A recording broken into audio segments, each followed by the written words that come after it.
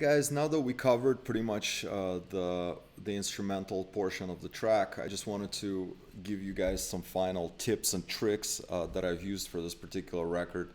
First of all, I'm not gonna go into some basic um, effects and whatnot because I actually even stemmed that whole effect chain here together in order to just put it together, but I'm sure you guys can figure it out. As far as the vocals, the biggest thing with vocals is what I want to emphasize is honestly, it took me many, many years to learn how to record my own vocals. And for those of you guys that are starting out nowadays, I strongly suggest that you let somebody who knows how to record vocals or provide you with a proper a cappella that's already processed because vocals are a completely different ball game, and in order to get it right, I think it's important that a professional does it. But some basic tricks, if you do decide to use your own vocals, I'm going to just give you one of the most uh, unprofessional trick in the industry because everybody will tell you that this is absolutely horrible. But the CLA, once again, literally the CLA, and not even the CLA vocal. This is a Waves plugin. I use the CLA guitar, um, and I slap it on the vocals, and it just creates magic. Once again, a lot of people suggest that you use this with caution because you really need to know how to use it. But sometimes you slap it on the vocals, and it creates amazing stuff. It has basic reverb, delays, compression, and just you can tweak things here and look into it. I'm not gonna really dive into that because that's a lot of that's just it's a completely different thing. Now, as far as touching bass, a lot of you guys always constantly asking what's on the master chain, what's on the master chain. There is nothing on the master chain at all. As you can see, not only that, but my limiter is set to 0. It's not even limiting right now.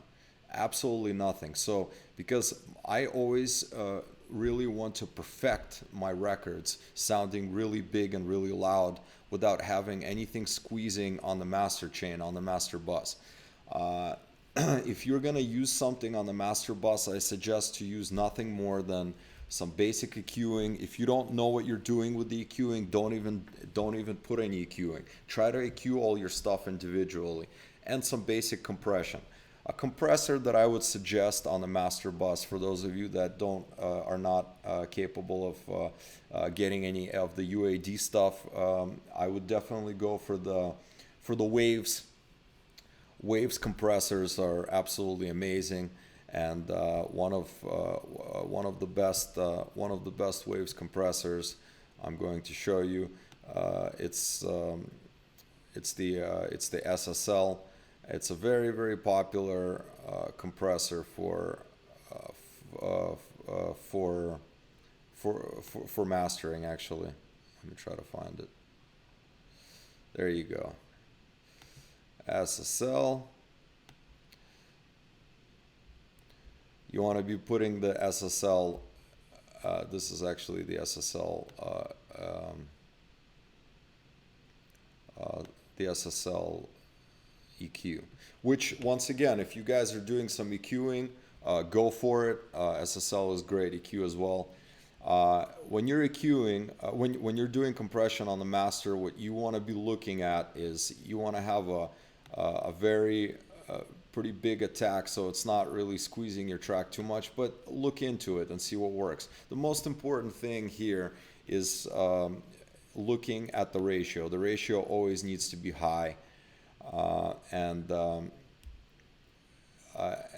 most important thing actually is the gain reduction. You do not want to be going for gain reduction that is above 4 dBs. That's my standard. So if you're pumping above 4 dBs, that means that your track is doing too much, and to me it feels over compressed and squeezed. So try to stay under that 4 if possible.